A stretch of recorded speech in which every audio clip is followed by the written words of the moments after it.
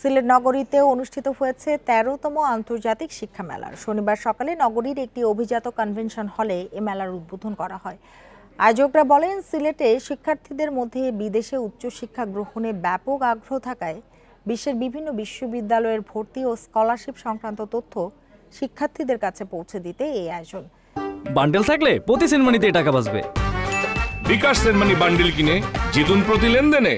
মেলায় অংশগ্রহণকারীদের জন্য অন দ্য স্পট অ্যাডমিশন এবং ফি অ্যাপ্লিকেশন প্রসেসিংয়ের সুযোগ করে দেওয়া হয়।